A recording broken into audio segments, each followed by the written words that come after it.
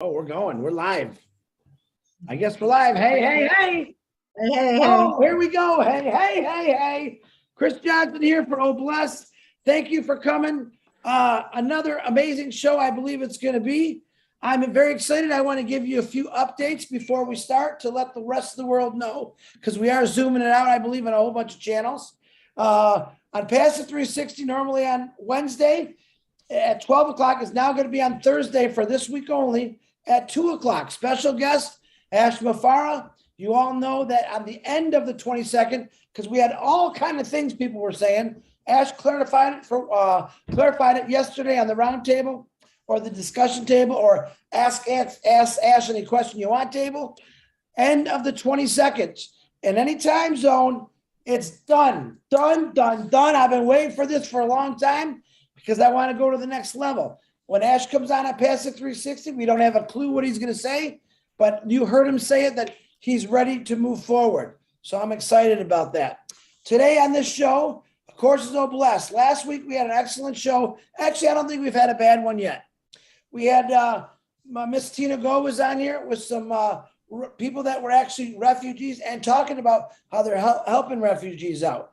Each week, I want to make it a little different. I have this lady that I'm bringing on tonight actually emailed Marty back in April. I called her yesterday. I texted her, I said, "You ready?"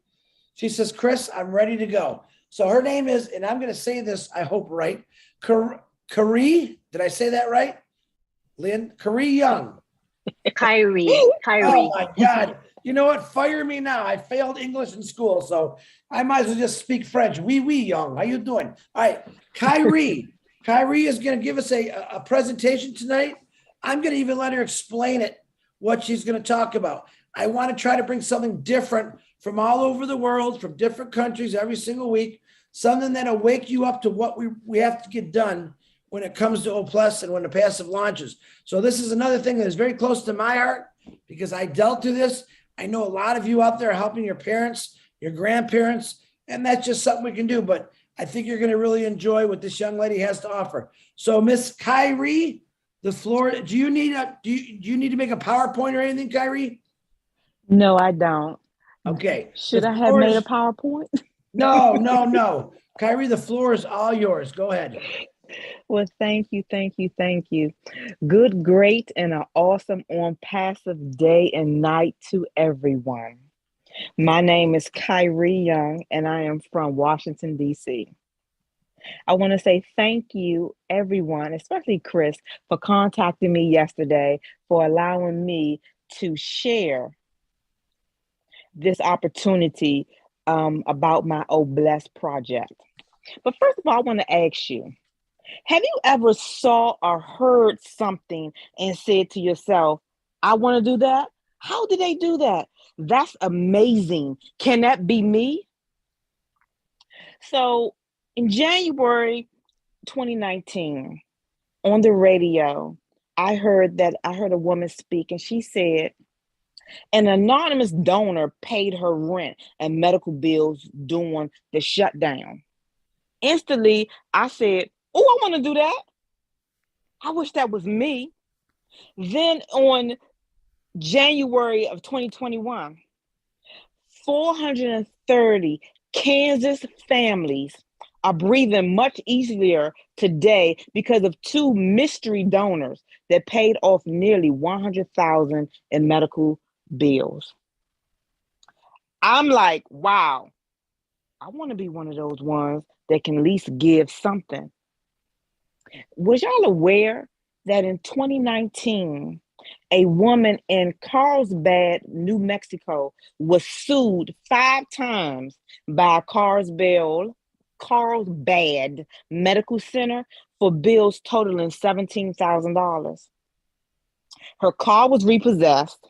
Her wages was garnished. She was newly divorced, working 2 jobs with 3 children. But did y'all hear what I said?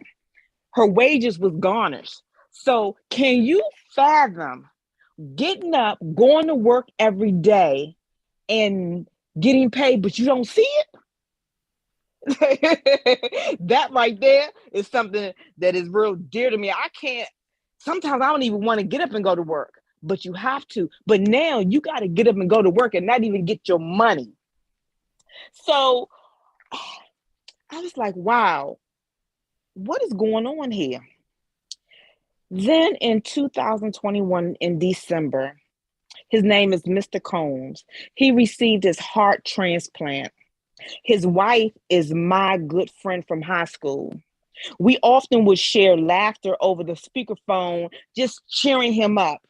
And his roommate would be there and joining in the conversation.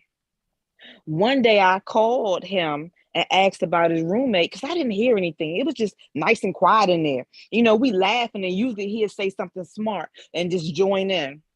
And he told me this unbelievable story. I was like, tell me what's going on. And he told me that his roommate was in line for his heart transplant, but he was denied because his insurance ceiling was maxed out. I didn't even know that an insurance ceiling could be maxed out. I didn't even know that if you don't have a certain amount to put towards your surgery, if basically they would deny you. He had to leave the hospital without a new heart. However, I was told by Mr. Combs that they made sure that he was able to be transported, but he wasn't able to receive his new heart.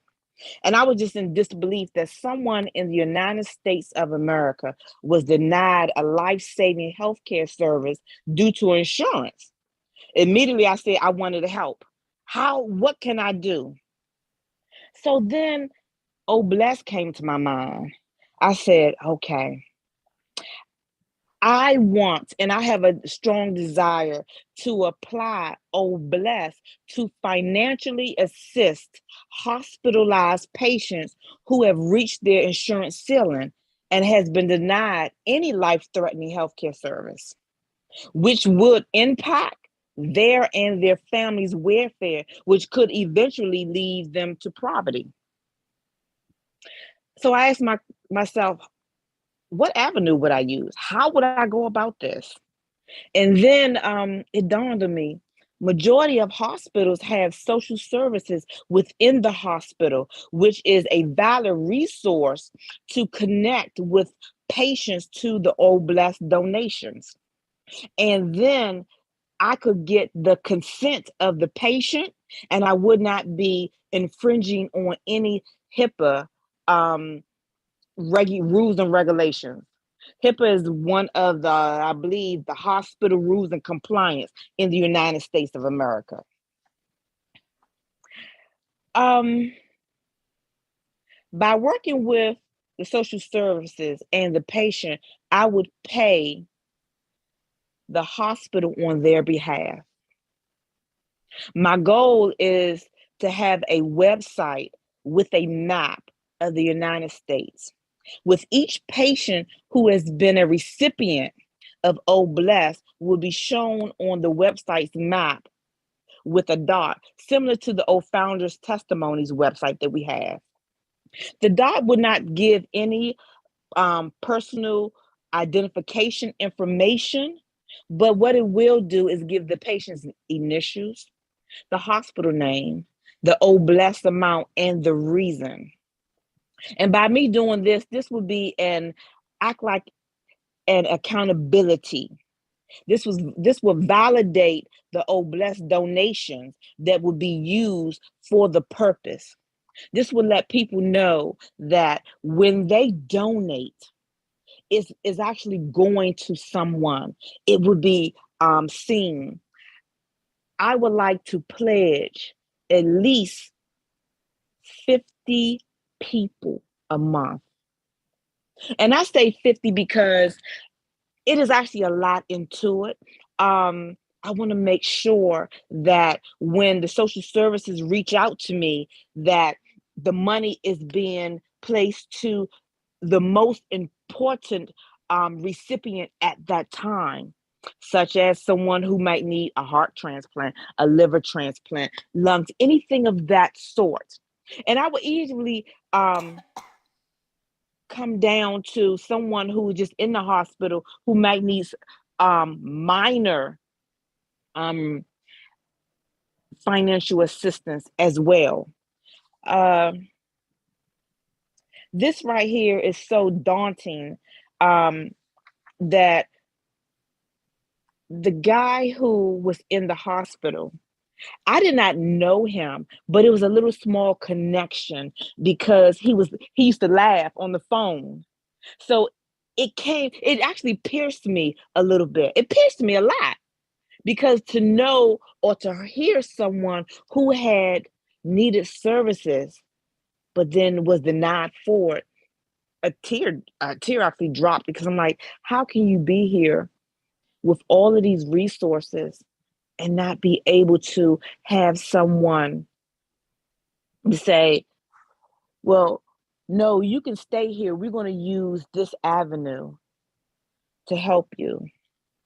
This effort is nothing small, and I foresee it to be growing enormously. I would definitely need other founders to assist me in this journey. I foresee to have maybe 2 to 5 people in each time zone. I'm just gonna say time zone to work with me, to speak to hospitals, to look over the paperwork, to make sure that all I's are dotted and T's are crossed. But this effort would at least help at least one person a day. If I can help one person a day, I feel that my purpose to use Oh Bless would be satisfied.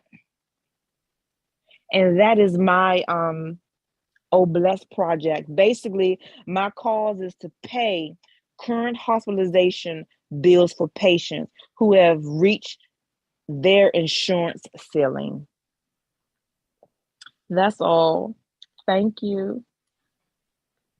Thank you, AY. I'm calling you because that's what I like to say. Wonderful, absolutely wonderful. I think this is actually going to be a good discussion. I know we have lots of time to discuss this. I'm 100% agree with you, Miss Young, because I've seen it through my whole lifetime, through my relatives, who most of them were business owners. Where I was in the auto industry for years. I had my insurance paid for. Where my parents always had their own business, so they paid for their own insurance. And when my father got ill, he had found that he had cancer pretty much throughout his whole body. They wanted to charge him $1,000 per pain pill. $1,000 just for one pill.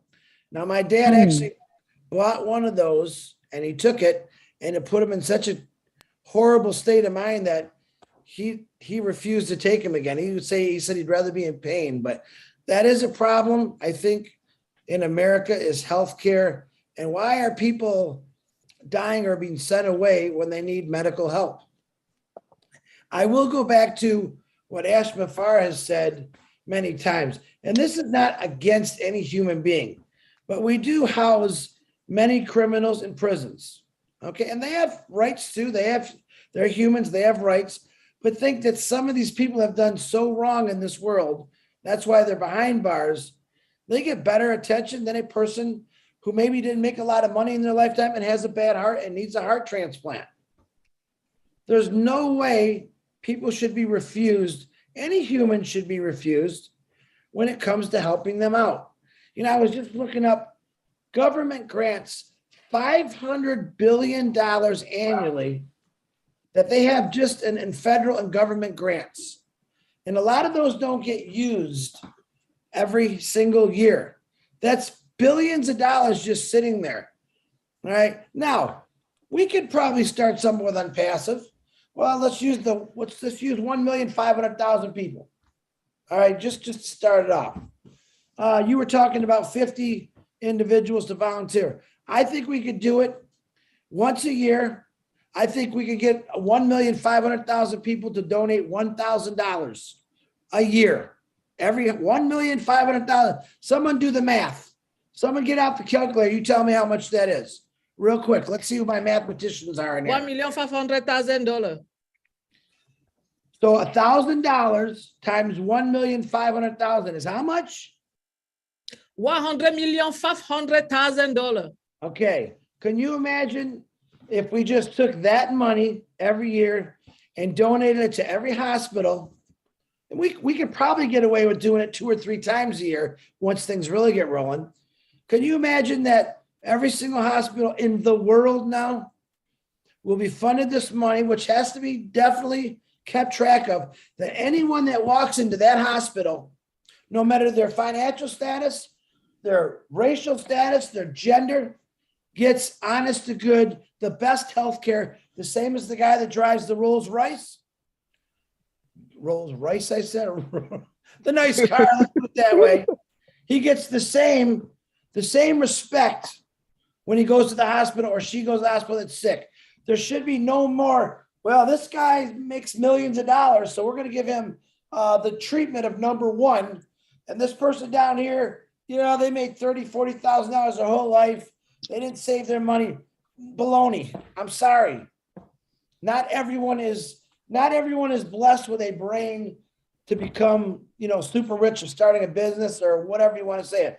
But when it comes to you being sick, you're telling me a passive can't put something together like our government's federal grant program, except we make sure the money goes to work. The federal grants are brought in to help many people, mostly for businesses, building homes, stuff like that. But can you imagine if we had it in a passive grant system where all this money once, twice a year gets funded to every hospital in the world, and anyone that can walk in the hospital, no matter what, gets taken care of, gets the right medicine, not no junk, the real good medicine, what they need. And I think it would be a great idea. So if anyone has any questions or comments or any ways they want to add to this, please raise your hand. Now, this is a tough one. It really is a tough one. But we have Latoya raised her hand. Who? Oh, Latoya? Latoya, please. Thank you, Julie. I didn't even see it. Latoya, you're first, and then Jennifer, you're next. Latoya, go ahead. Hi, everybody. Thank you so much for giving me the opportunity to speak. This is also near and dear to my heart. I'm a licensed clinical social worker. My first experience as a professional social worker was in the hospital setting, pediatric hospital. And I have also worked in military hospitals, military treatment facilities. And the vast difference between knowing as a service member, you have every available medical option for you and your family, because when you're active duty, you don't have to worry about insurance. You go to the hospital, they diagnose you, they tell you what you need for your treatment, and then you get everything. You get every scan that's required. You get every test that's required. You get to see every specialty that's required, because none of those charges are going to come out of your pocket. So if you're feeling ill, you can just go.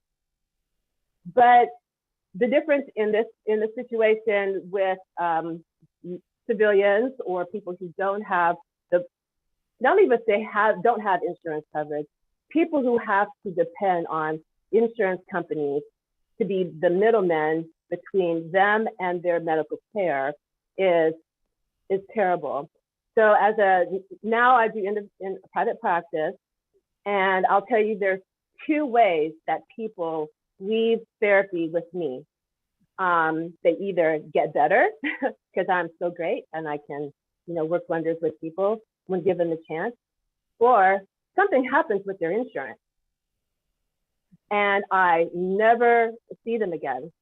So I think with Obless, when we talk about how we're disruptive, I definitely want to put one of our missions to disrupt the insurance companies, because they're not necessary. Rich people don't get their healthcare coverage and their healthcare treatment through insurance. What do? They pay out of pocket because they can afford it, and they can afford to pay out of pocket for the most expensive, high-tech treatment that's available, because they can pay out of pocket for it, where those of us, cannot. So being able to disrupt the insurance industry would be awesome for everybody. And because that's also one of my goals. My goal is to disrupt insurance when it comes to mental health care.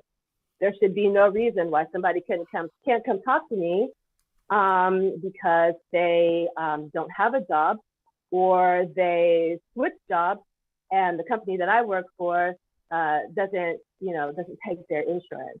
So that is one of my goals. I'm so glad to be able to talk here because there's definitely a connection. And then the last thing I want to say, and I appreciate our speaker bringing up this situation from the patient side. I'll also bring up what it feels like from the provider side. For us to have every single thing that we need to save a person's life, and we can't do it. Everything that person needs to be healthy, happy, to have long life and longevity right at our fingertips as providers, and we can't do it. That hurts. I think Kyrie mentioned a tear fell. I tend not to cry over my patients because I'd be crying a lot, but it is sad as a provider. Here I have all of these tools at my disposal. I went to school. I have the years of experience. I can give me a few sessions. I'm talking about myself personally. Give me a few sessions, and I know exactly when I give you your diagnosis. And that's another problem. A lot of times for mental health, we have to diagnose people in order for us to get reimbursed by the insurance. Well, I don't want to call somebody depressed. I don't want to call somebody schizophrenic. I don't want to call somebody bipolar. They may have those conditions, but I don't need to work from that label to be able to treat them. But the insurance company requires me to label them.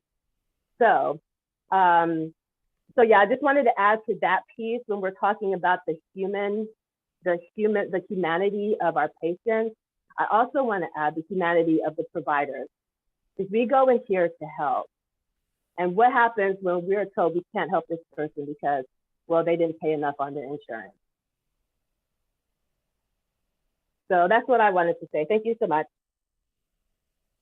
Great. Thank you, LaToya. LaToya, any way you and Kyrie could get together, maybe swap emails, you guys can start putting things together in your heads from two different aspects. If you want, you can use the private chat in the chat and maybe text each other your emails, and you guys can start talking about things. Totally. Absolutely. Yeah, Kyrie, Absolutely. you'll be getting a message from me, okay? All right then. And LaToya, I am a crier as well. So I salute you for working in that environment and have to hold back your tears. Well, actually, I'm going to say right now, I love being a social worker. A lot of people have this idea that it's really hard to be a social worker, and it's not hard. It is not hard. I get to help people every day, every single day. The hard part is when I have to deal with middle managers and bean counters. That's the hard part for me. I celebrate my clients, because they have come to me because they know that they need help, and I'm here to help them. So don't worry about me. Thank you so much. I appreciate it. I love what I do. I wouldn't do anything. I couldn't see myself doing anything else.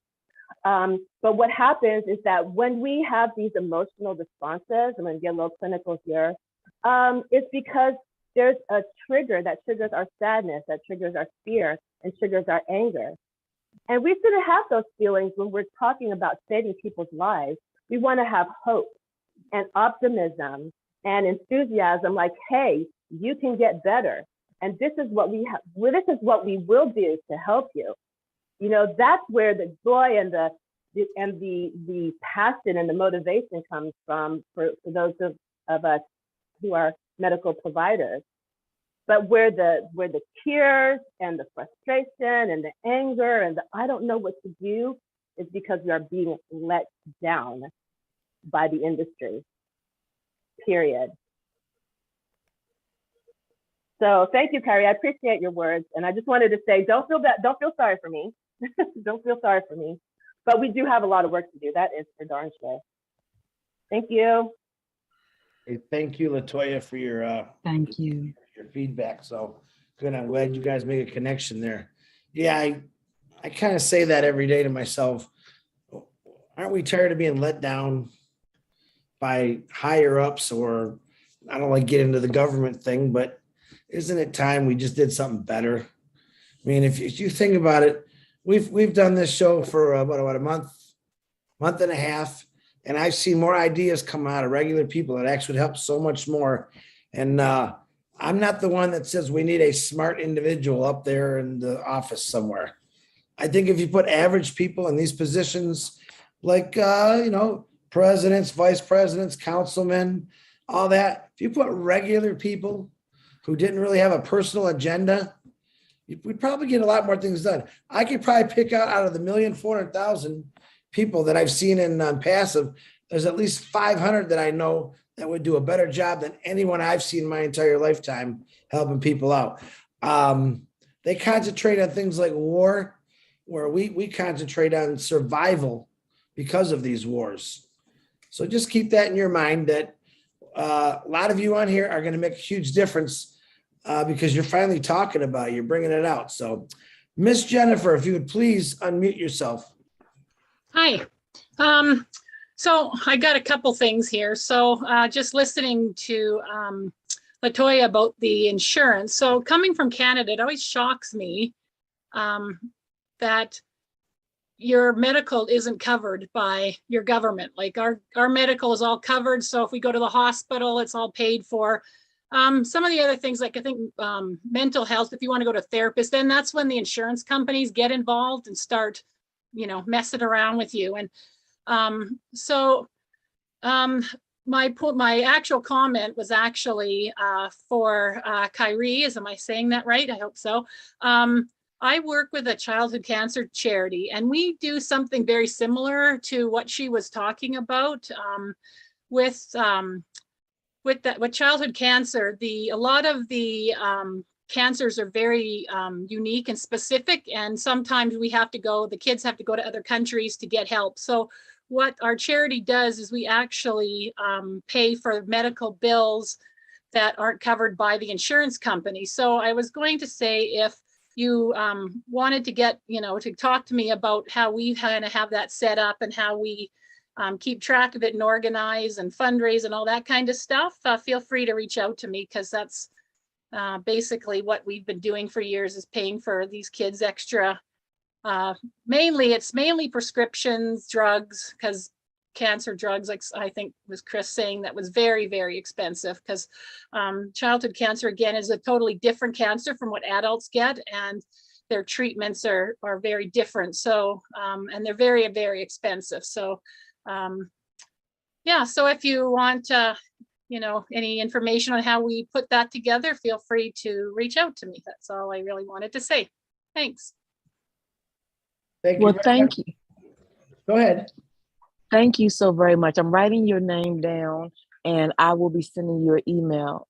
I'll send you a message, as well as Latoya. I'm writing her name down as well. I'll send her a message. Thank you. That's what I'm talking about. You guys make those connections. You're gonna, believe it or not, you're gonna get more work done than any higher up has done probably in 60 years.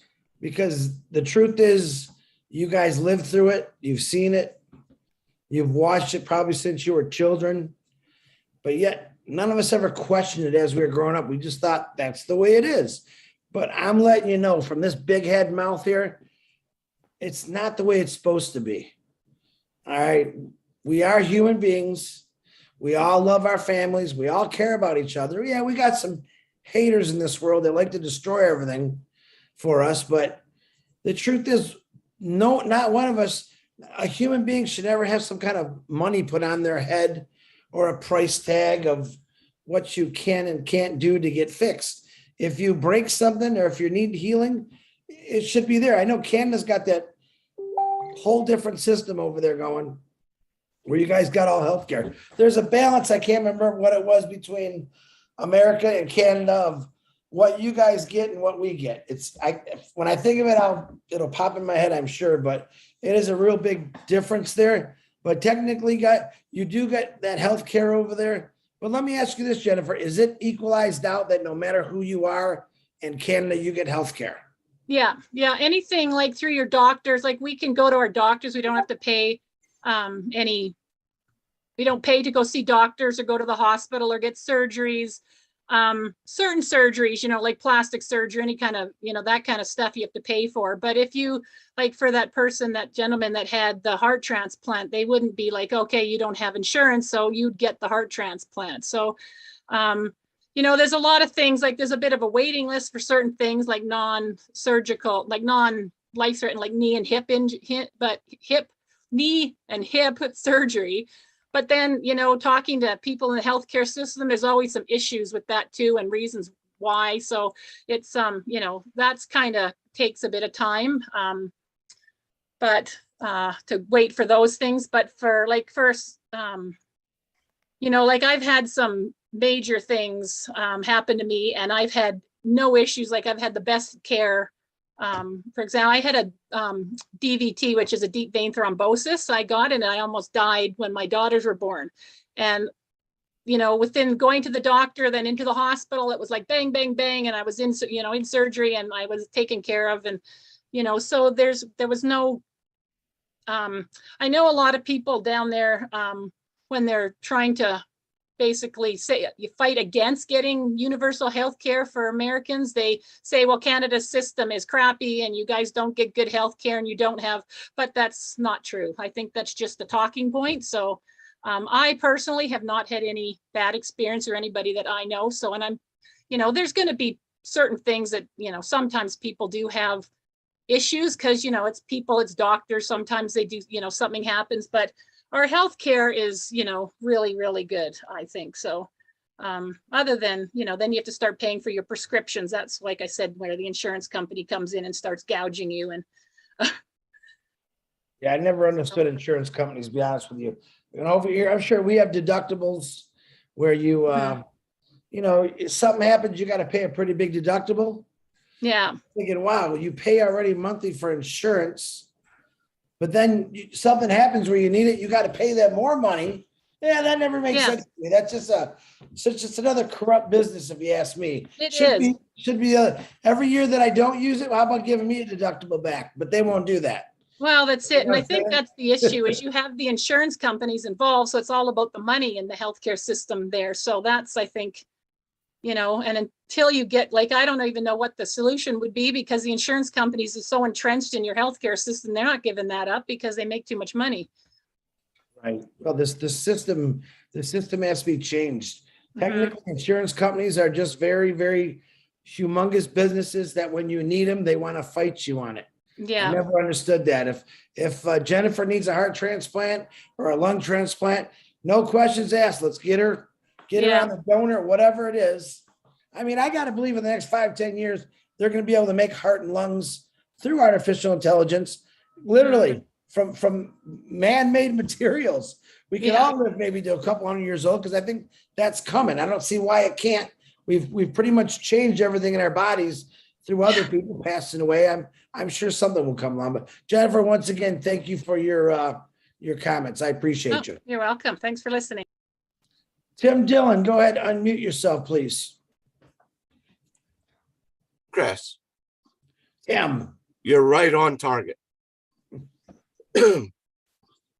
I think we get caught up with the pieces of paper that get put on a wall.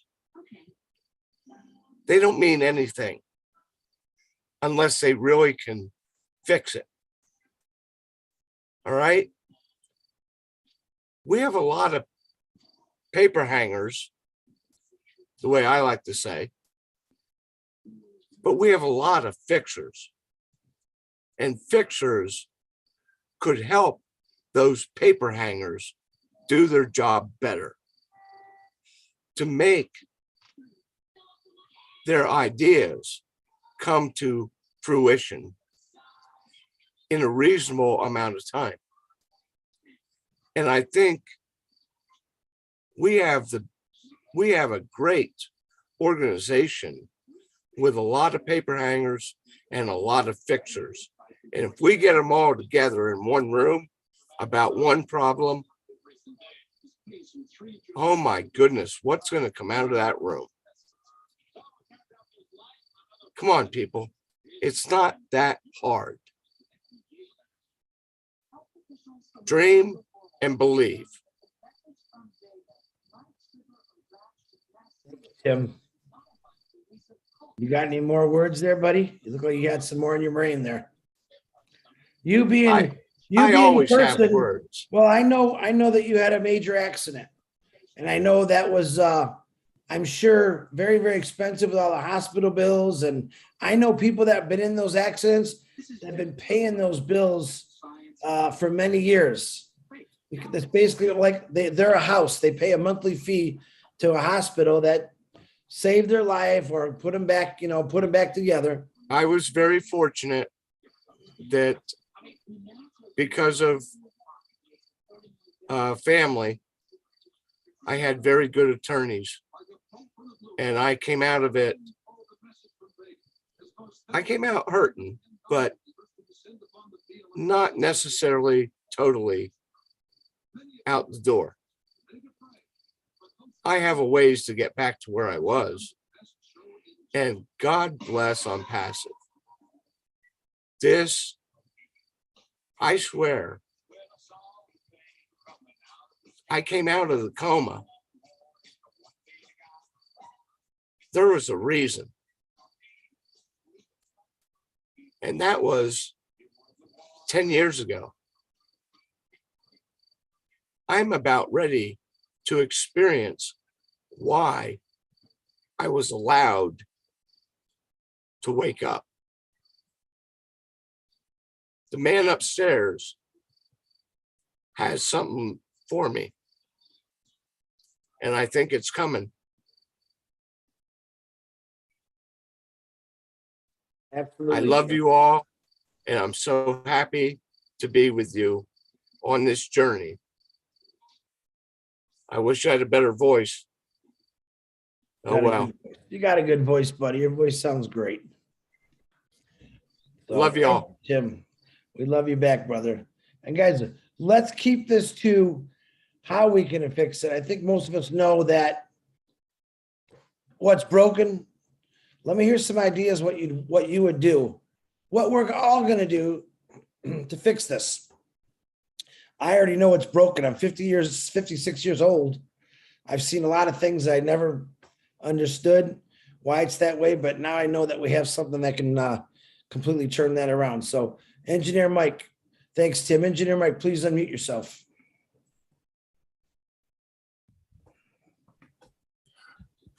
Yeah, good evening, everybody. Good evening, all leaders. Just to let you people know how it's very hard hearing. Thank you for the speakers who first spoke. When you see people going through problems,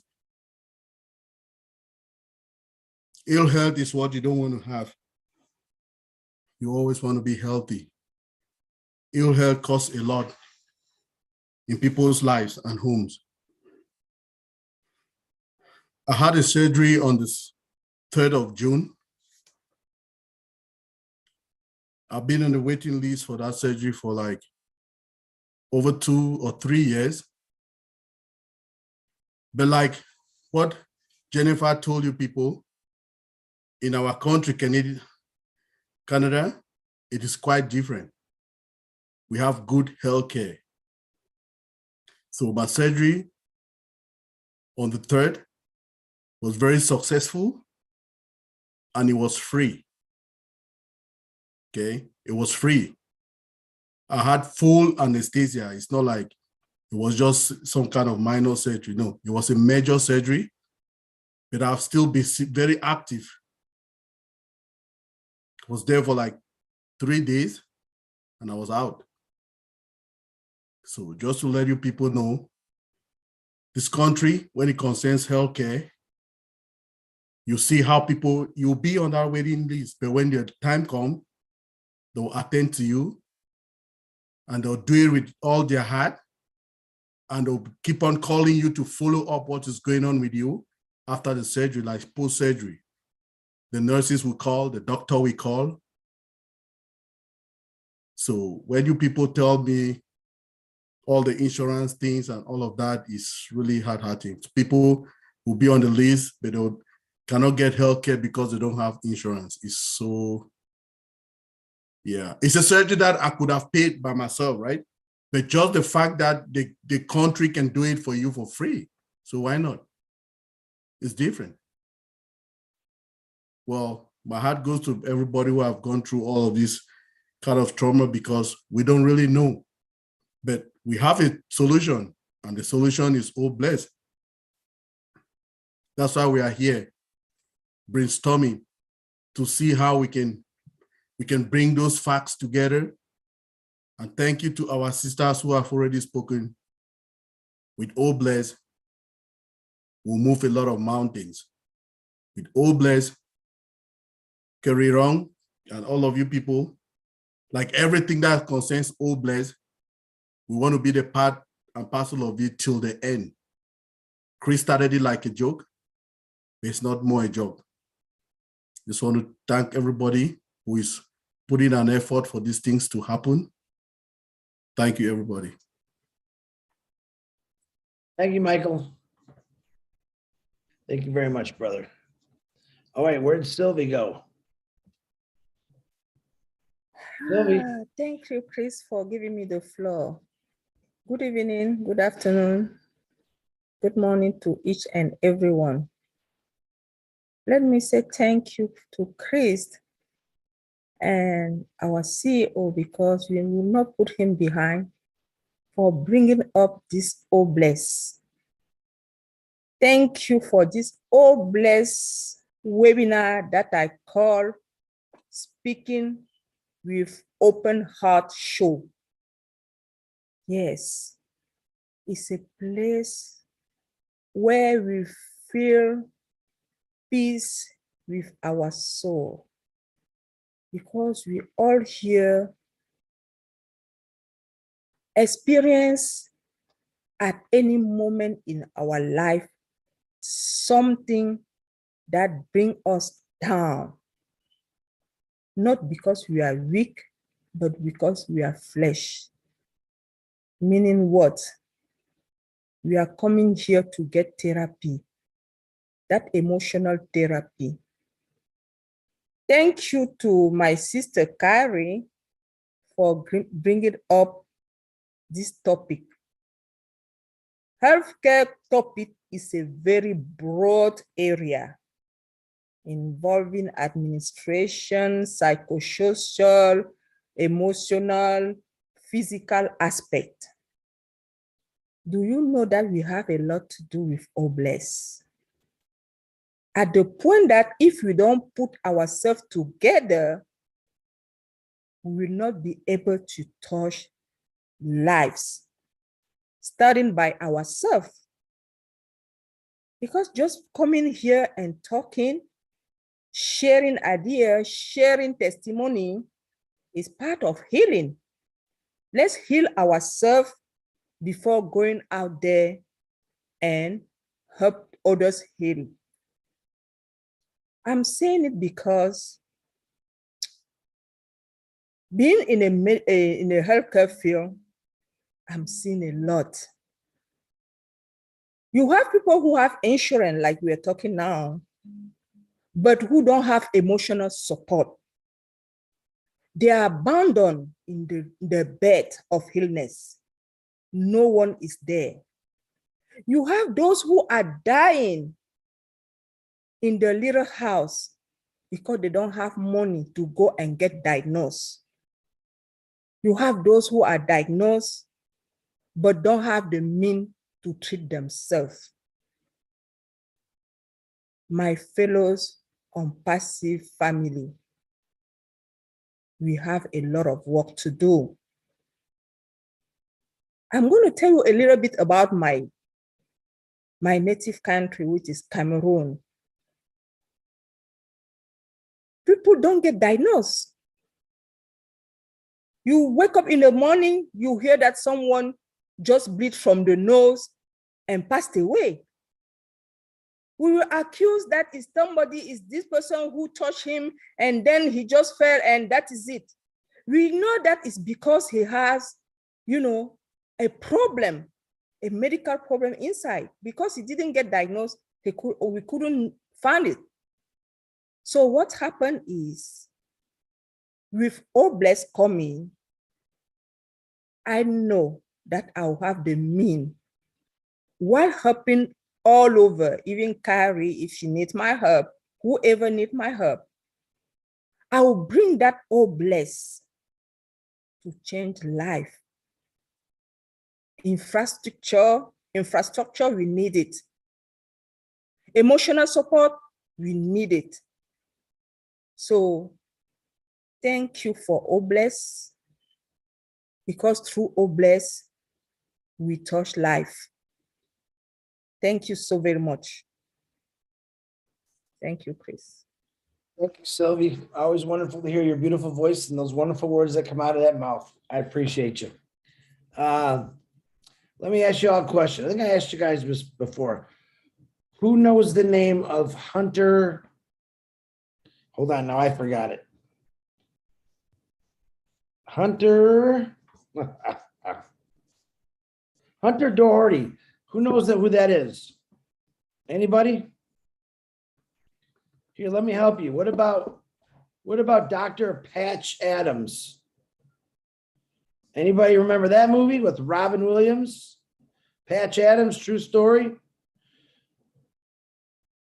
That guy is still going, believe it or not. If you ever get the chance, watch that movie. It's actually a true story, almost to the T, where some things have been changed because of Hollywood.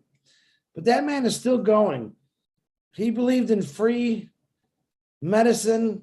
He wanted to be able to fix anyone through laughter. And he always said there's a way to help people that are sick. You just got to find it. I have been trying desperately to get that guy to come to a Zoom meeting because you love it. And I'm pretty sure I could get him. I just got to keep trying at it. I would love, and I hope he comes on because very interesting guy. But go see the movie. I think it's called Patch Adams, starring Robin Williams. It's really a good movie. And when you see the movie, you'll understand why I would love to get him, because he would love Obless. That's his whole life of just helping people. And the funny thing is, this guy is such a genius. He's a doctor. He's a comedian. He's on social media, and he don't make a dime. He's as broke as the guy that's living in a third world country that don't make $5 a year. It doesn't stop him. He just keeps going. So I am working on trying to get him to one of these Zooms. So Mr. William Marshmallow DeLorme, please unmute yourself, brother. Hello, Chris. Hi, buddy. I wanted to talk about my experience in the hospital, and I want to relate it to what you're doing right now. So, I was in for 2 months and 2 weeks, and a month and 3/4 of it, I had an IV in my arm. I don't know how many bags that is every day.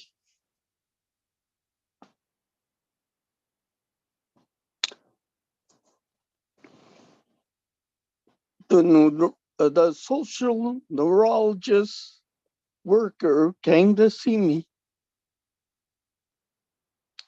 and she wanted to put me in a home.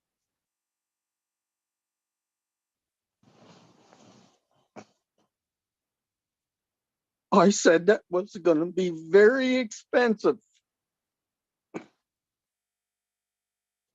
I worked to survive. I think I sent you some pictures where I worked at the recycling plant.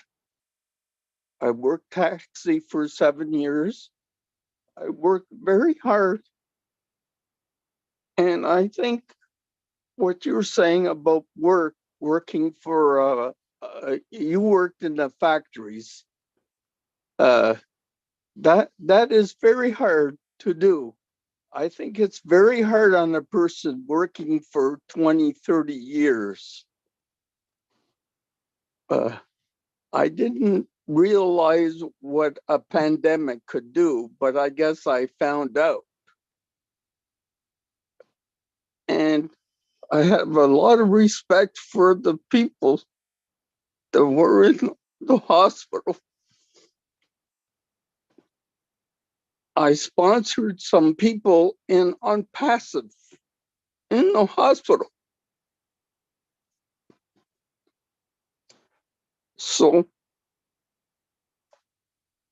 there was a reason for me to be so strong. I have on passive.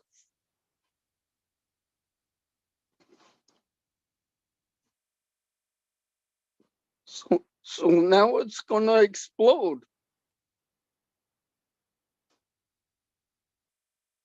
So being here listening to all these stories, soon as we fix the underlying issue with Mike Ellis was talking about, we're gonna explode. So those are kind of the things I'm thinking about right now. There's places like creativity, artwork that they do in the hospital. I want to help them out. There's all kinds of things we can do with those bushel of apples. But right now I have to fix those underlying issues. And as soon as unpassive is coming, I'm going to have more exercise. I'm going to go once a week. I'm getting better all the time, my strength. I even dreaming of just getting out of bed and walking. I can feel it. So I'll be dancing, buying a mountain bike. I'll be doing these things. It's all about hope that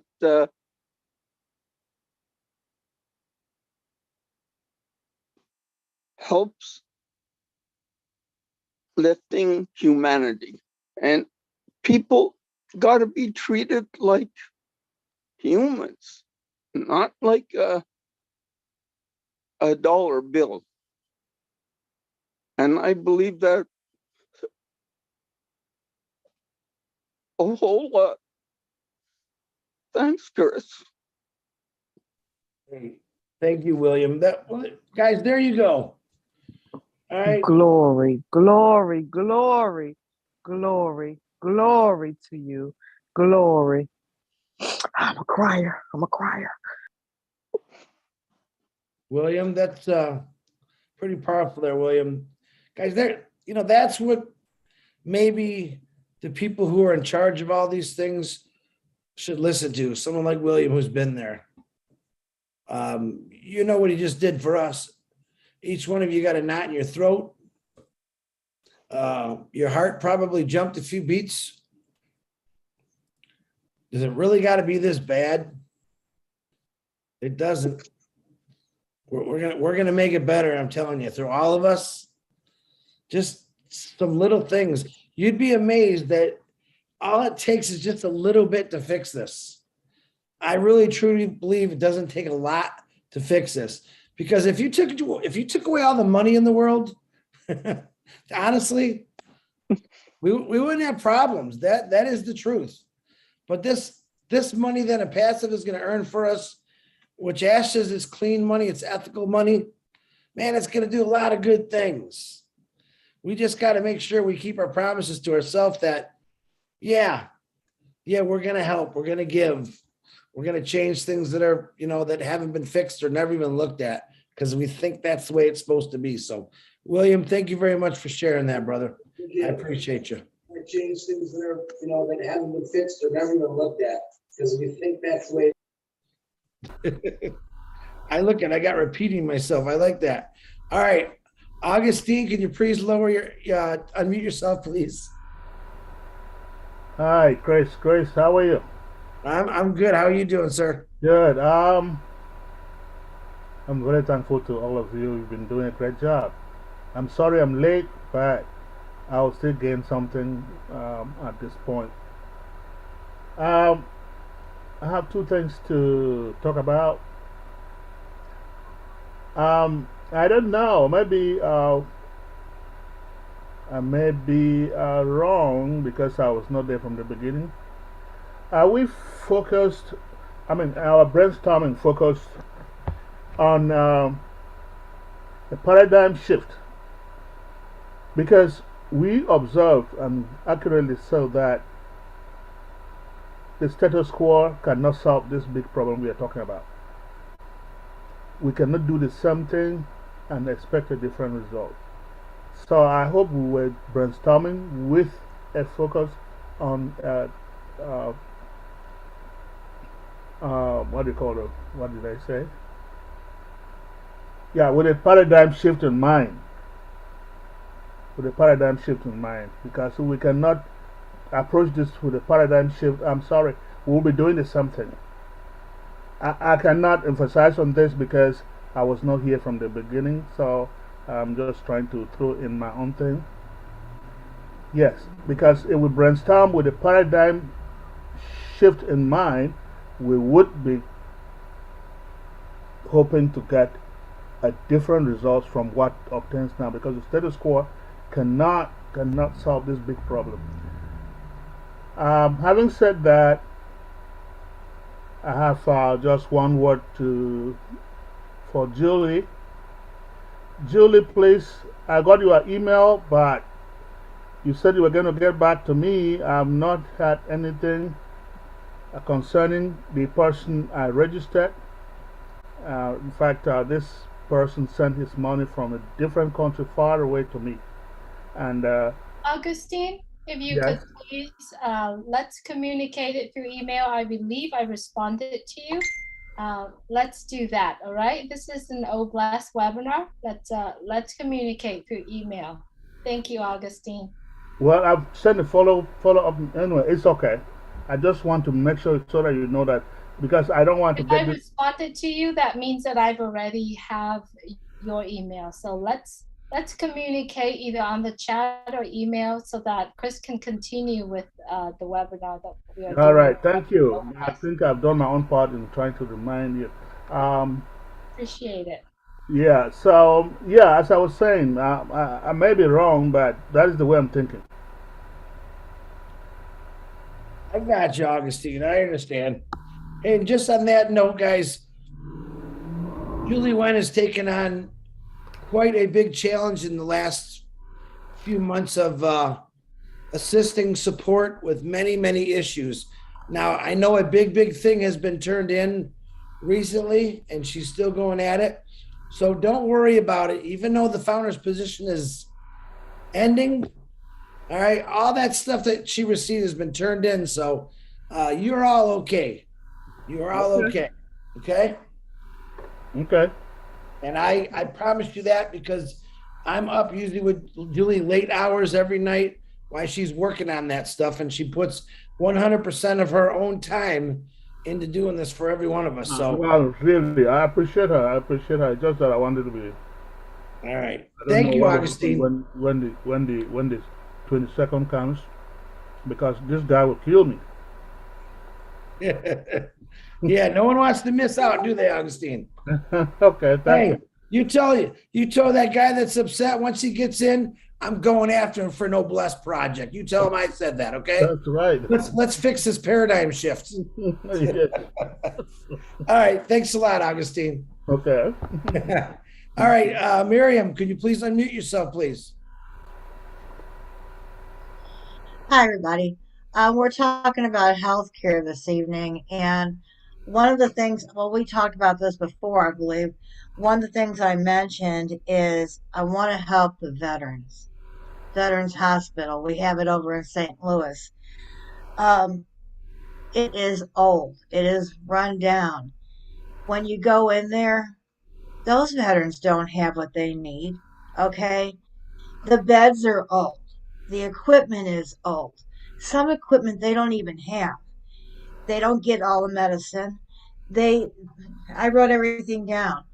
So if I could help, I would like to help with equipment, supplies, medicine, everything. The, the veterans, they just need, the hospital just needs new everything, you know, because they served, they took care of us. Now they're in a hospital that is undesirable, okay, to be nice. It's, they don't deserve it. I mean, they don't. It needs to be, they need to have care. A lot of stuff that they need, they're not even getting. My first husband was a vet, and this is why I know it. He got sick, and even when we weren't together, I still went and I saw him. I was still there every day. He knew it. I mean, I was always there. It's bad, and so this is where Oblast can come in by getting them what they need. So when families come in, they can say, okay, they're finally, I don't know, they're finally doing something for my husband. They're finally doing something for my uncle. They're not just laying in the bed waiting to die because nothing can be done because they don't have the resources. That's my heart. Thank you, Miriam. Yep. See, you already recognize it. You don't, it's been like that for a long time, especially in veterinary hospitals. Vets that they serve vets in.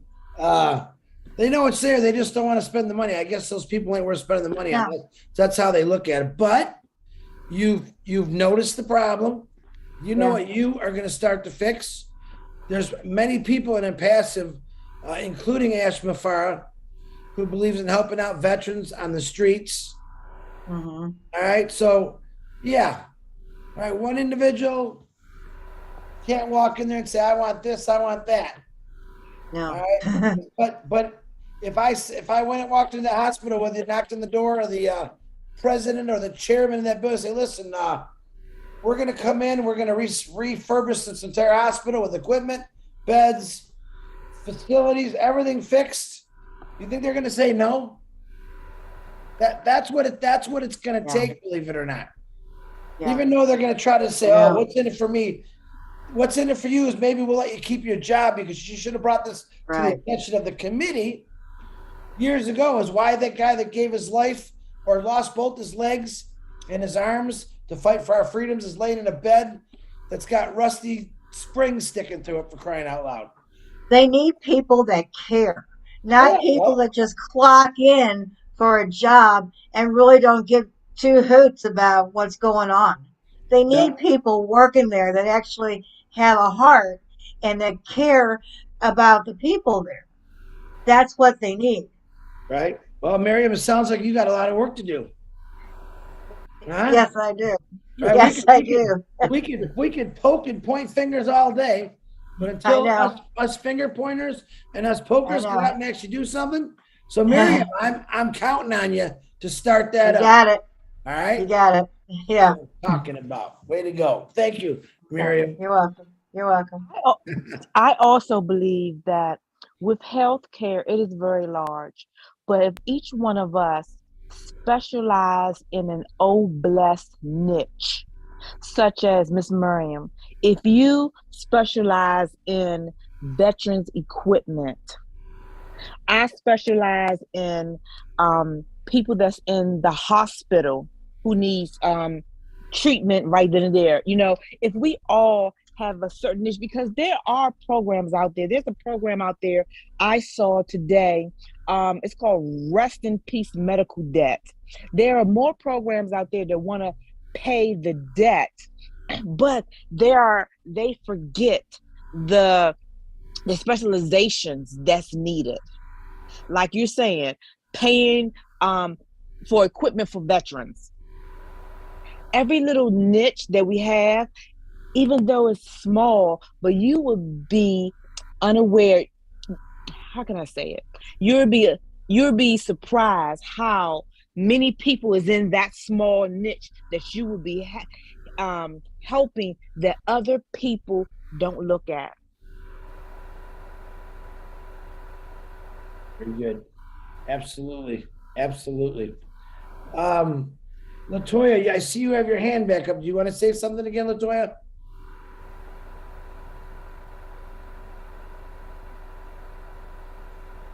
Yes, I'm coming. Sorry.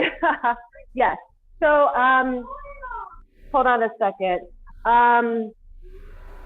I was thinking of the grant program that you had mentioned, Chris. Hold on a second. Can I come back? My children have decided that they want to. Yeah, absolutely. Absolutely. Yes, thank Keep your you. hand up, I'll be right Latoya. back. I will. Thank you. I'll come back to you. All right. Is it Okan? Can you please unmute yourself? Yumana? That's correct. Yes. Woo, I'm getting good at this.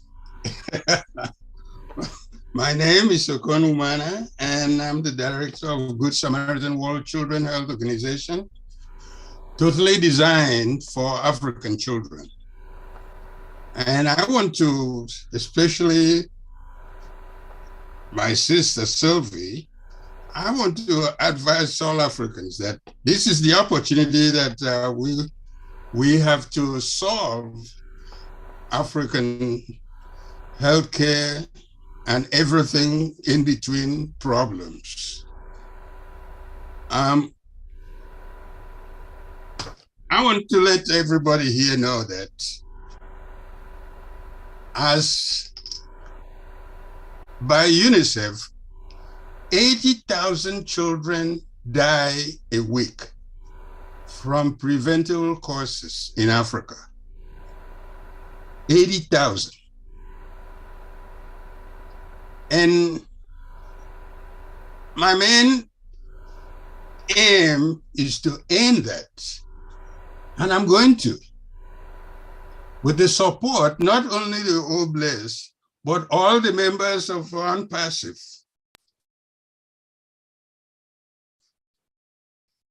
So all of us Africans that are in Unpassive, we should get together and devise a way, because this is the greatest opportunity we have to end African problems in healthcare, poverty, degradation of women. This is the greatest opportunity for us. I have retired from practicing medicine in this country to do this exclusively, nothing to stand on my way. And we are going to get it done.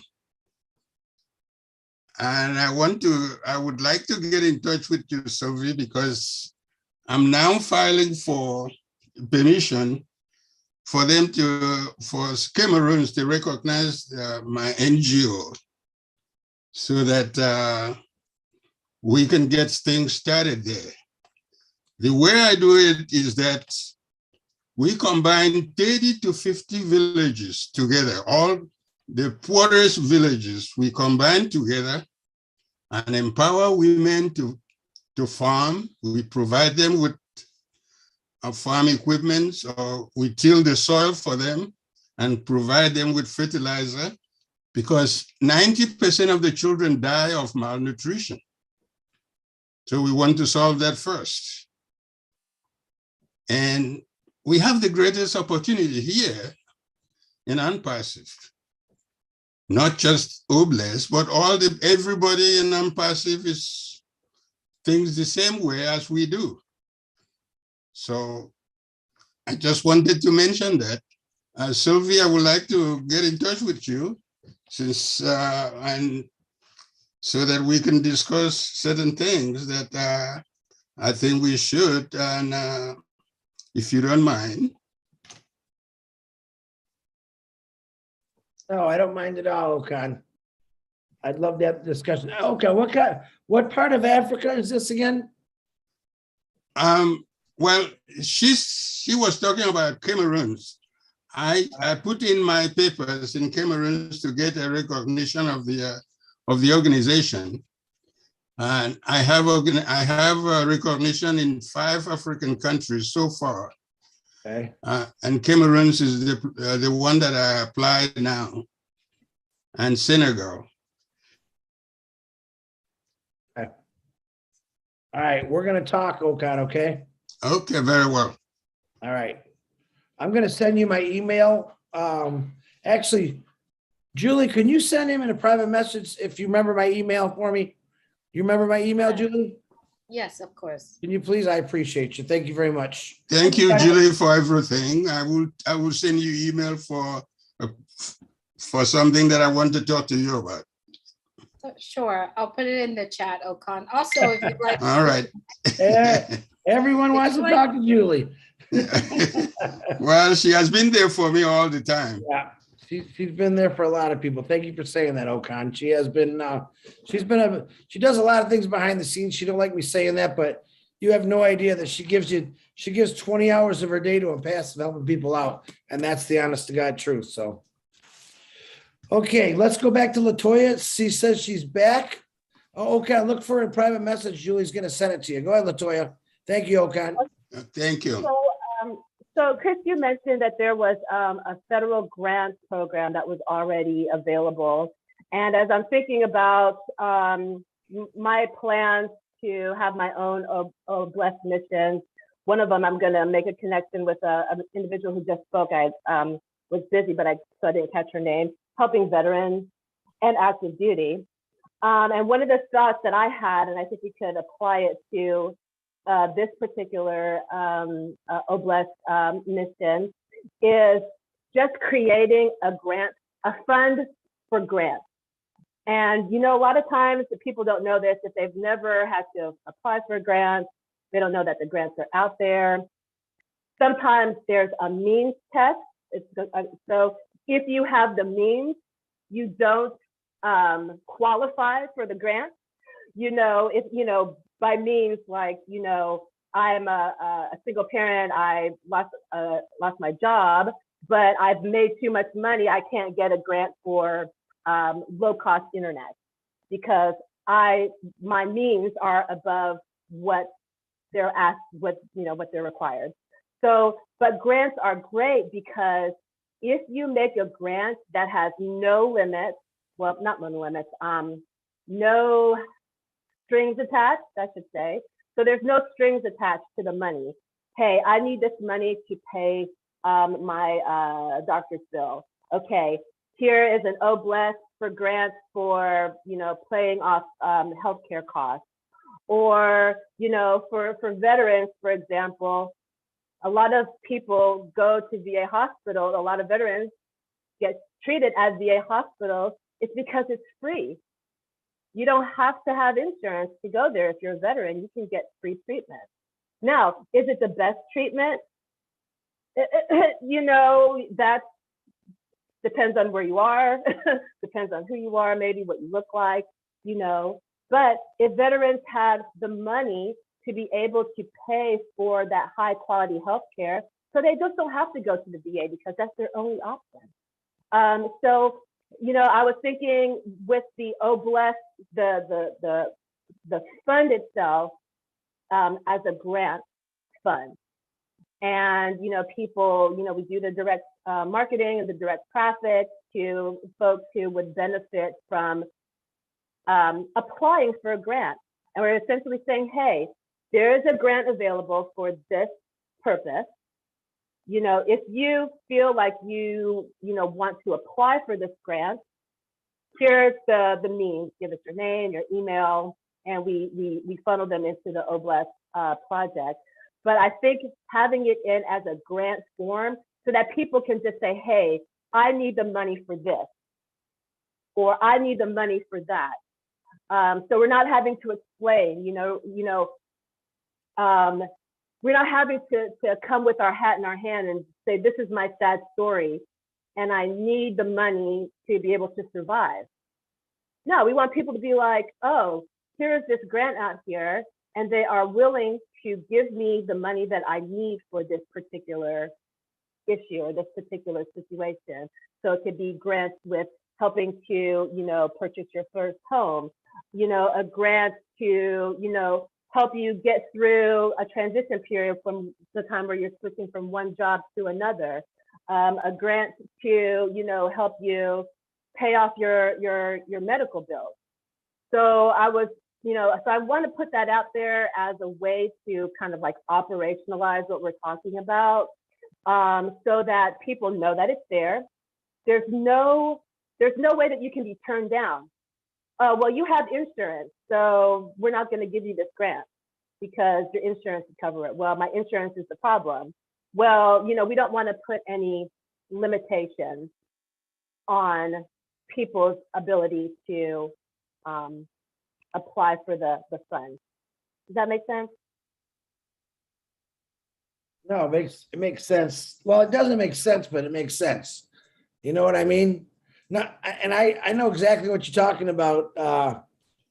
Myself in my younger days was always trying to start a business one way or the other. And I heard about federal grants. So I went and bought all the books and the literature on it and studied it. And it turned out that I made too much money to get any kind of grant to help me start a business or something like that.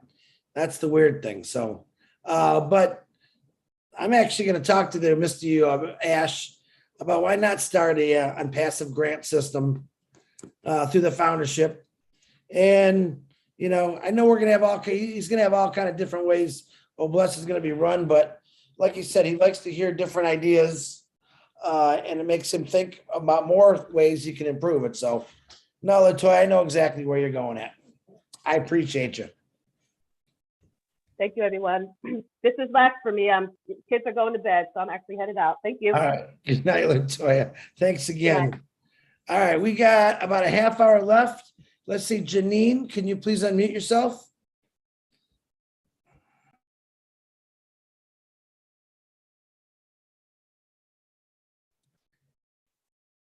Janine, I know you have muted yourself. Can you say something?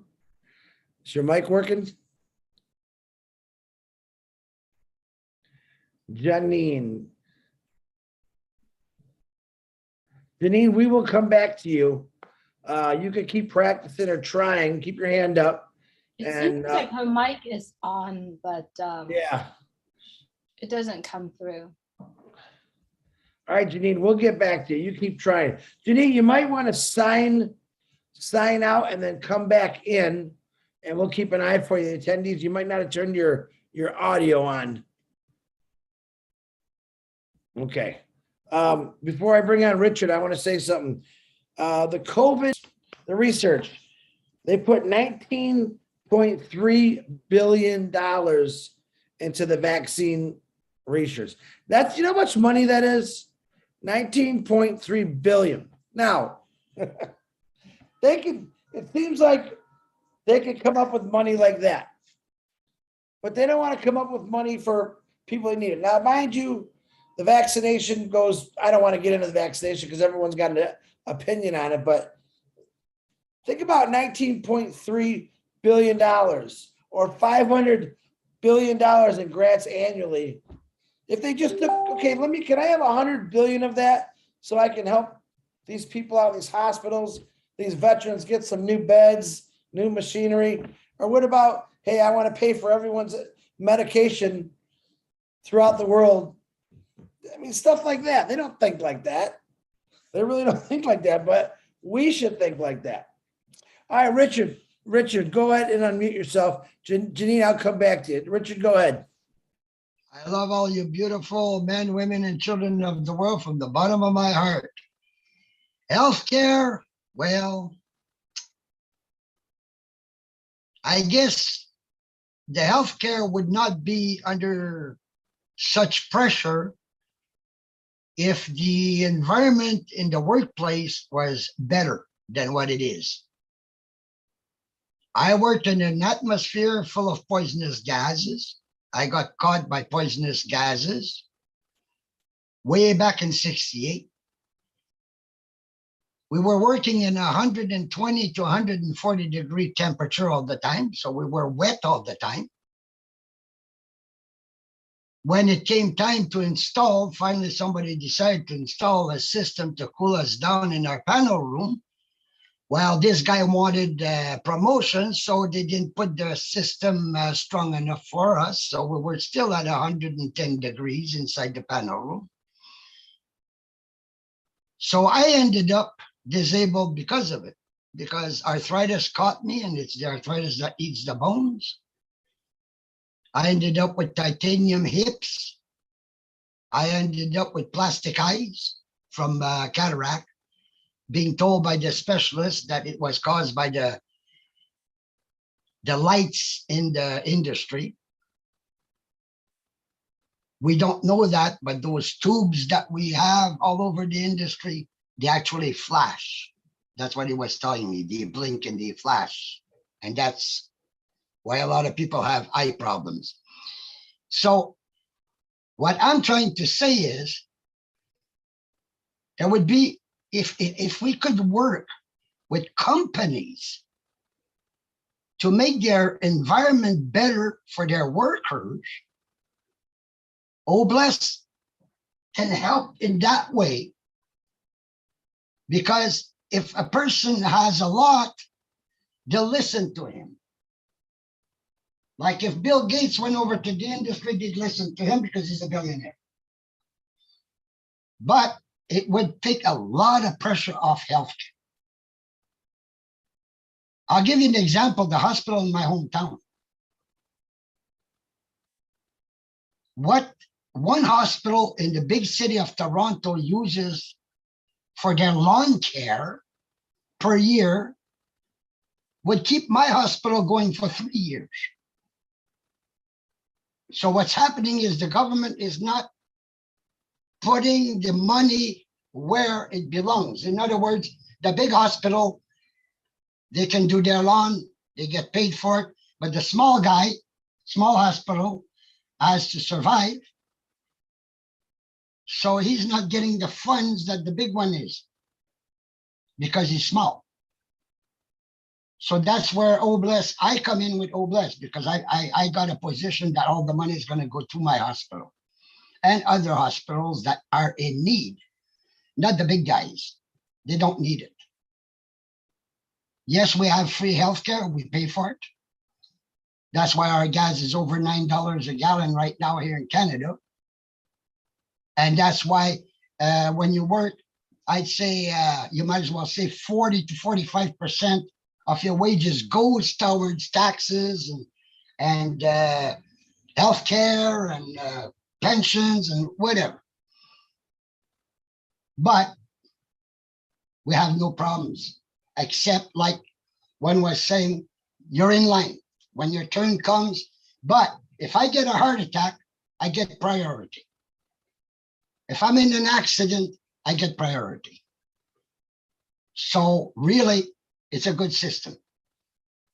There is a waiting problem, but at least it don't cost nothing. I was in Alabama. I got sick. I was in the hospital emergency for 3 hours. They charged me $2,500 and they didn't do nothing for me. Nothing. They just put me in a room and charged me $2,500. When it came time to pay, I looked at the lady. I said, ma'am, I says, I'm a Canadian. I says, we don't pay. So I says, you find a way to make me pay. Goodbye. I'm not going to go and pay $2,500 for nothing done. But this is what's happening. And there's over 40 countries that have free healthcare. Actually, the whole world should. We should go after the oil companies to give a little bit more. Come on, let's put it towards free healthcare. But I love you all. Big kiss, big hug. Didn't want to bring up my problems, but I'll tell you, it's hard to breathe and it's hard to walk when you can't cross the street. It's sad. I used to do 2 jobs for 33 years. and now I'm feeling it. Thank Yeah. you, and God bless. Thank you, Richard. Yeah, you've been through the ringer there, buddy, but we want to change it. We want to change it. Appreciate your words, Richard. Okay, guys, we got about 23 minutes left. We have Bruce, Edward, Key, and Janine, if her speaker works, and that'll be it. So this is the last call for hands. I'd like to get done at 11 o'clock because I know a lot of people got to work tomorrow. And I have a lot of work to do after 11 o'clock till at least 4 o'clock. So Bruce Gerstein, can you please unmute yourself? I certainly can, Chris. Thank you very much. And thank you so much for putting this on. Kiri, I want to tell you, you have the heart of an angel, and it's wonderful to hear you speak about what your passion is about. It reminded me of when I was working in New York City. I worked for an agency that was delinquency for bills that were over 20 years old. And one day I got one at my desk, and it was a woman whose husband had died. He was under dialysis. And because of the paperwork, she had owed $70,000, and they wanted to collect it. My heart was such that I said, she does not deserve to even see that mentioned to her, and it went into the garbage pail. And I don't think the city bothered with it. It was no big deal. But the thing about hospitals in general is they want money. And no matter where you are, they want money. So I was in the Philippines and I gotten sick. And I was on a very, very weak, and I don't know if I was wheeled or had a cane.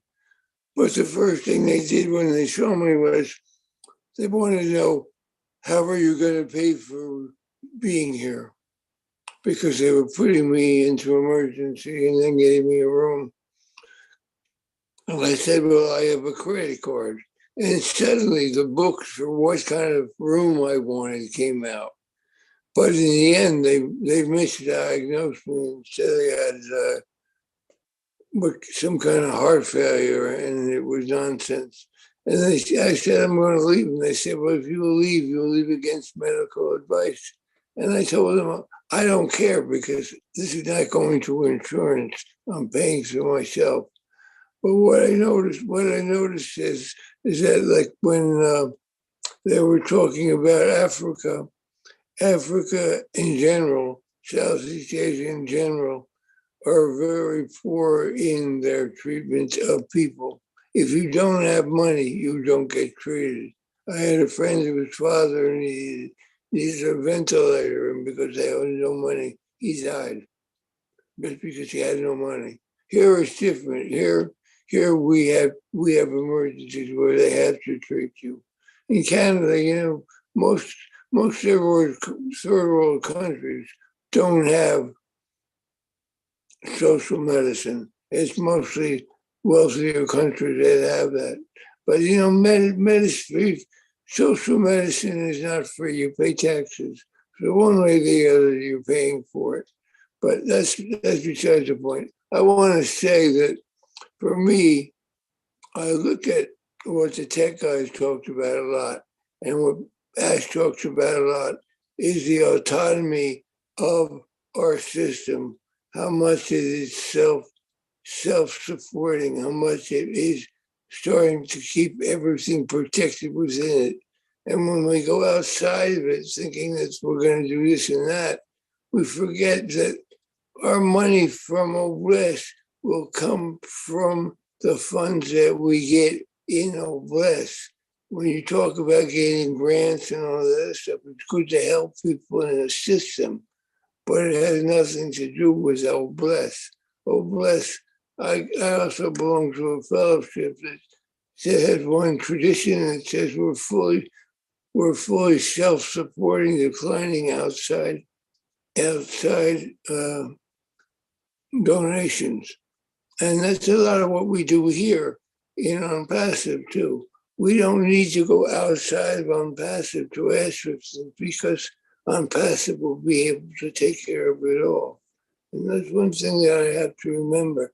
keep us pure and clean. Because once we come from outside looking to look for sources outside, they want to be alignments. And when they want alignments, they also want a piece of something.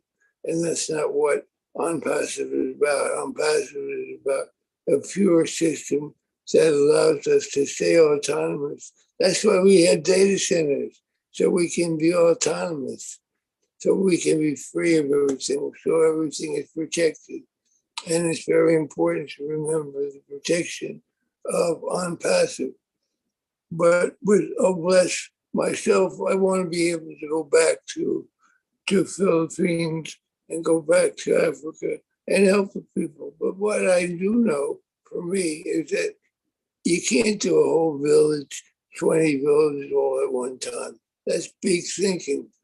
What you have to do, it's like if you have a lake and you throw a penny in a lake, it has a ripple effect. So if you just help a couple of people at a time, little by little, you start to make it bigger and bigger. That way I know that we don't you don't have to get overwhelmed in or west to have things work out. Big projects are for people who understand what it takes to do big projects. Most of us here, there may be people who are specialized in things that help in that. But what's important is that it's like, I look at like the Mennonites or the Quakers, they do what's called barn raising. And what happens is someone has to build a barn and they get somebody to come out, they get the community to come out and help raise the barn, which means they build it. And it's the same thing, and on passive and on blessed. We have people who help build the barn or build a clean water or help with people with who need it. I always think about it when somebody can't afford, like Chris was saying one day about going to a gas station and paying for somebody's gas. If somebody's going into the hospital, they can't afford it, help them out, one person at a time. Until finally, when it comes to things like clean water, if you clean 20 houses at one time, that's a good thing, because once you clean 20 houses, you'll end up cleaning more. But I always look at things as being little by little, things get better and better. There's no such thing as be doing a big project all at once, because even a big project takes time to coordinate and get all pieces in a row before you take one step into it.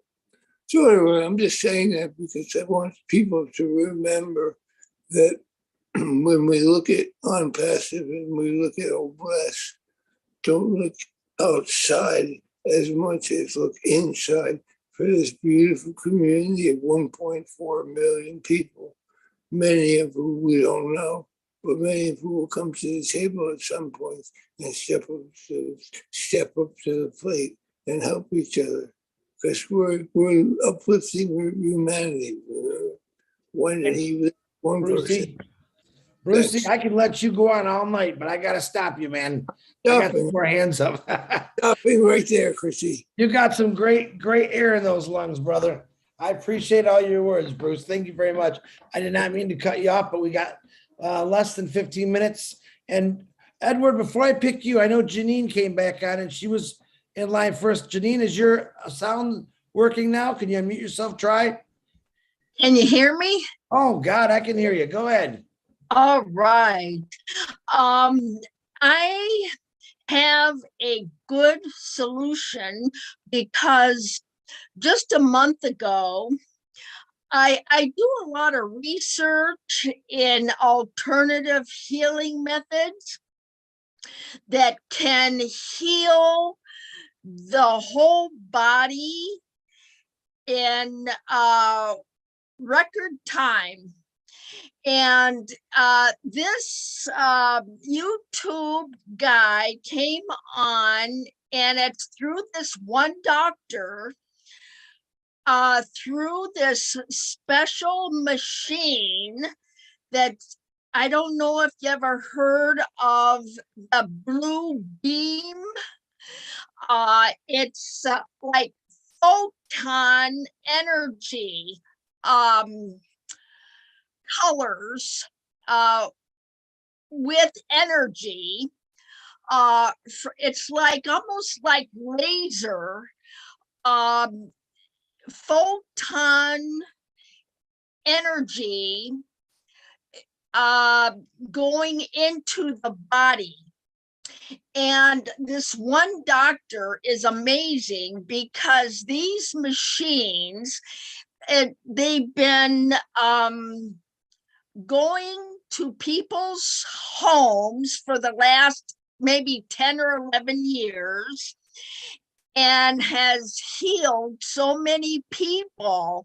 And this, the machines have been hidden from the public for this long.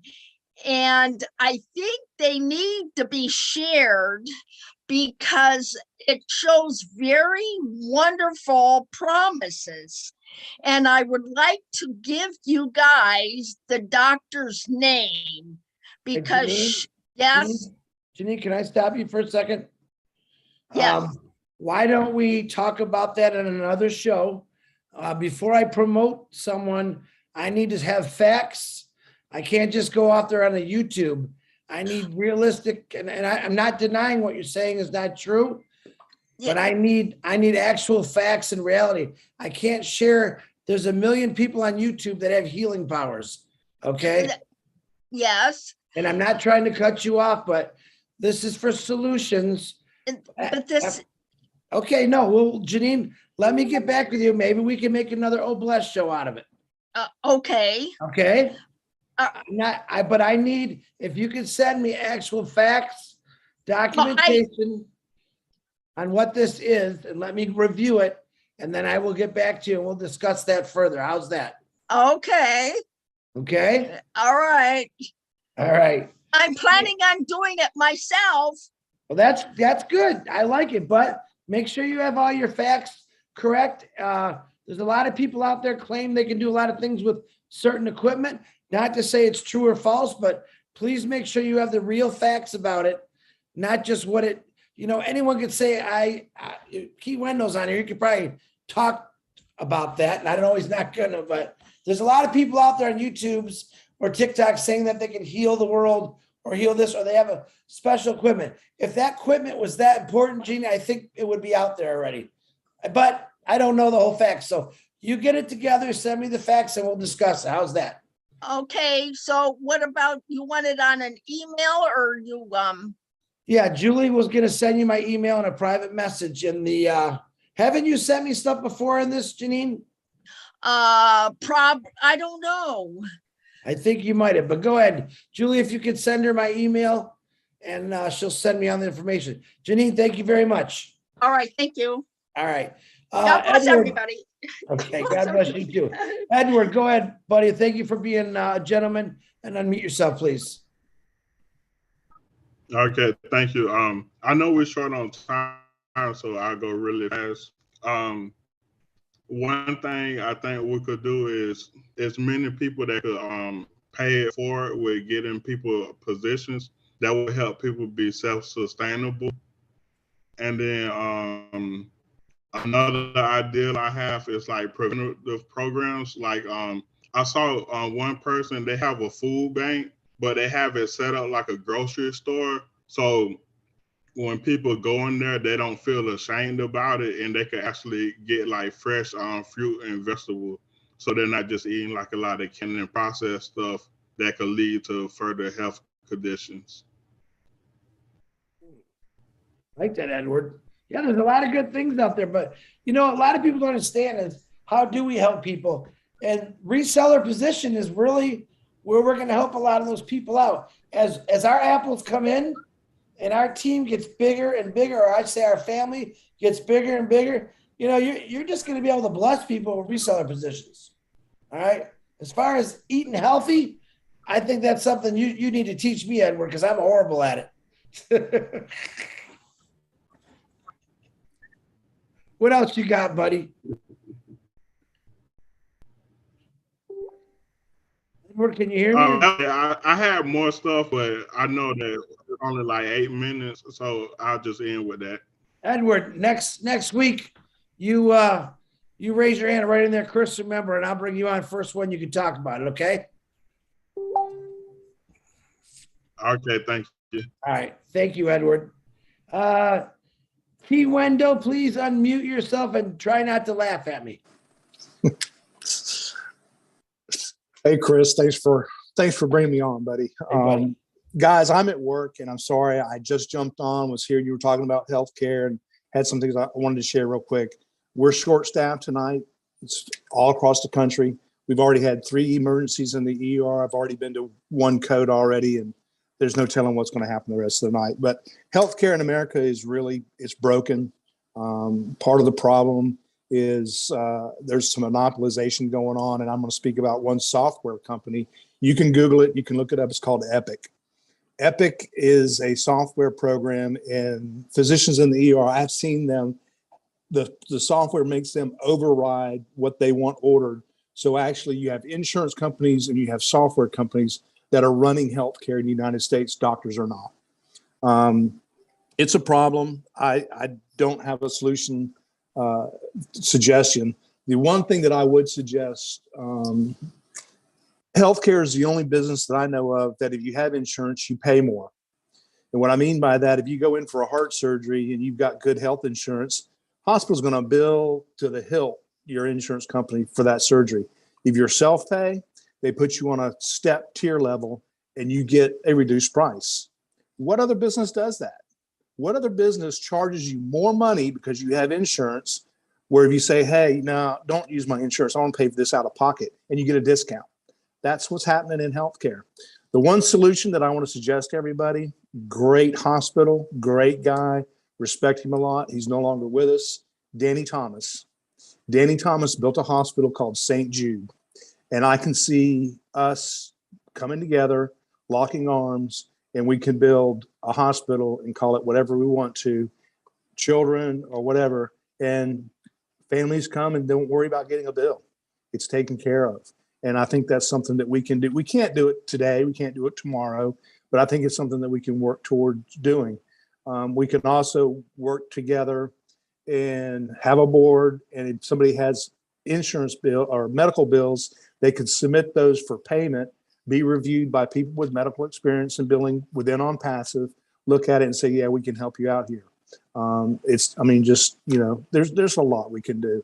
Chris, thanks for letting me speak. I know it's short on staff. If I went over anything anybody else had talked about, great to see you guys. I've just been working my tail off, guys.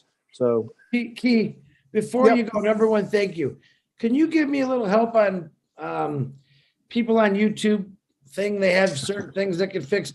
Just give me your professional opinion, because I don't want everyone to think I'm this hard guy and say, no, because I like every opportunity to be heard. Can you give me a little professional when you hear something like that, just to help out a little bit? Anything that's submitted for healthcare cures or treatment goes through blind studies and has to be really peer reviewed, and shows that it's got efficacy and it actually does do what it says it can do. I can't tell you how many times I've gone to patients' rooms and I find chicken feet and feathers in the bed because people believe in voodoo. But here's the thing about voodoo.